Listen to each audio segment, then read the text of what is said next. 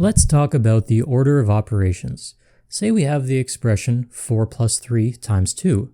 If you attempt to simplify this expression by first adding the numbers 4 and 3, you'll end up with 7 times 2, which is 14.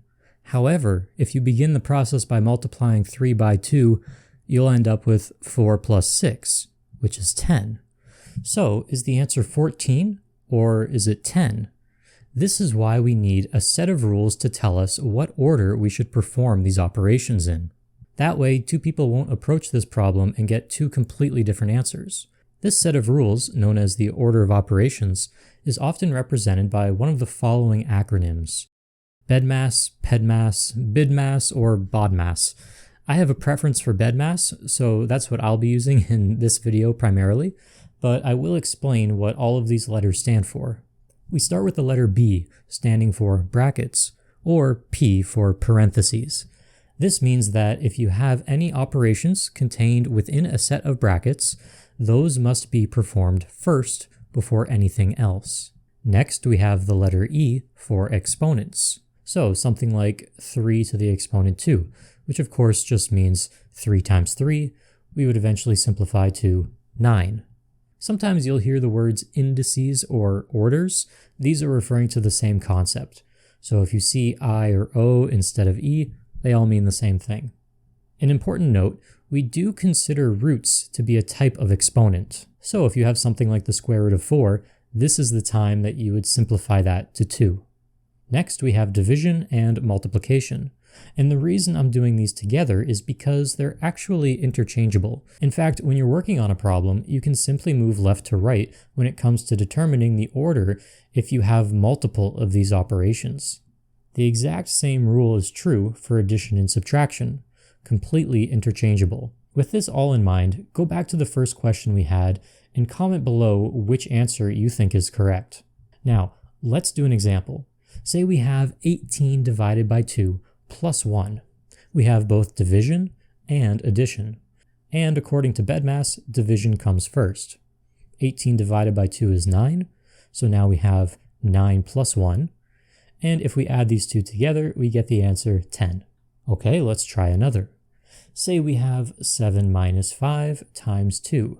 We have both multiplication and subtraction. According to BEDMAS, multiplication comes first. So let's start with that. 5 times 2 is 10, so we have 7 minus 10. And if we subtract those, we'll get an answer of negative 3. Okay, let's do another. Say we have 2 multiplied by, open bracket, 4 plus 7, close bracket. So the operations we have here are multiplication and addition. And usually, multiplication would come first. However, we also have a set of brackets. And since any operation inside a set of brackets needs to be completed first, we will need to add 4 and 7 before we do anything else. Now, 4 plus 7 is 11, so what we end up with here is 2 times 11. Notice that once the operation in the brackets is complete, we don't really need the brackets anymore. They don't serve much of a purpose. Now you can do your multiplication, and you should get a final answer of 22. Okay, let's try one that has a little bit more to it. Say we have 2 squared times, open bracket, 9 minus 15, close bracket. Right off the bat, we see a pair of brackets, so that 9 minus 15 needs to be done first. If you do that, you'll end up with negative 6. Notice that in this case, I'm leaving the brackets around that negative 6. I'm only doing that in this case to keep things more organized since I have a negative answer. There's no operations left inside the bracket to perform, so we can move on. Next, we notice this exponent here. So we'll do 2 to the exponent 2, which gives us 4. Now all we're left with is 4 times negative 6, which gives us negative 24. If you're unsure about performing operations with negative numbers, make sure you go back and watch my video on integers. Now let's try one that looks a little different. Here we have what looks sort of like a big fraction, and that's because it is. In our numerator, or the top, we have 3 plus 7 times 3. And in the denominator, or the bottom of the fraction, we have 8. Now remember, fractions are just another way of showing that something is being divided. In fact, we could write this out as the entire numerator, so in a bracket, being divided by the denominator. And since brackets need to be done first, let's just start in the numerator. We have multiplication and addition. Of course, we know by now that multiplication comes first. So let's do 7 times 3. This will give you 3 plus 21 over 8. Next, we can do our addition, and we'll get 24 over 8. And now finally, we can do our division. 24 divided by 8 will give you a final answer of positive 3. Hopefully that made sense, because we're going to try an even busier expression now. Open bracket 3 plus 2, close bracket, to the exponent 2 minus 4 all over 1 plus 3 times 2. Okay, there's a lot going on here, so where do we start? Well, what's nice is the operations in the numerator and the operations in the denominator won't interfere with one another, so we can actually work on the top and bottom at the same time. Let me show you. In the numerator, we have this set of brackets, so let's go ahead and do 3 plus 2 first. If we do this, we get 5 squared minus 4.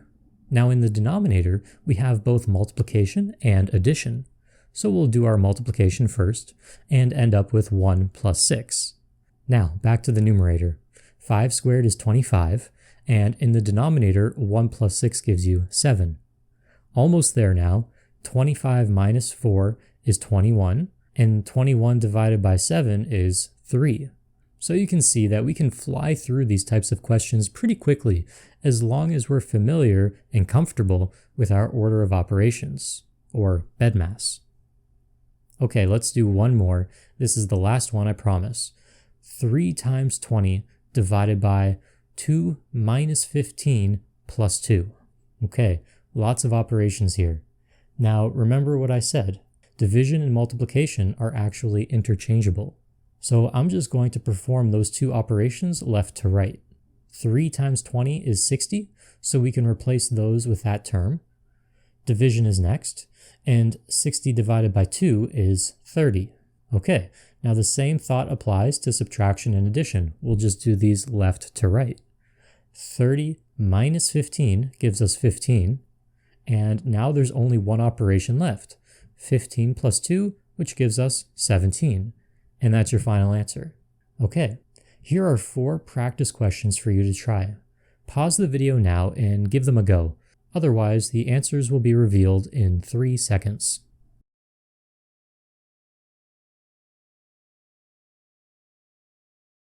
This has been an overview of the order of operations. Make sure you check out the rest of my series on math basics by clicking on this playlist here, where I cover topics including integers, fractions, and long operations, including everyone's favorite, long division. Like or even subscribe to the channel if you found this video helpful, and feel free to check out some of my other over 100 videos covering various topics of high school mathematics.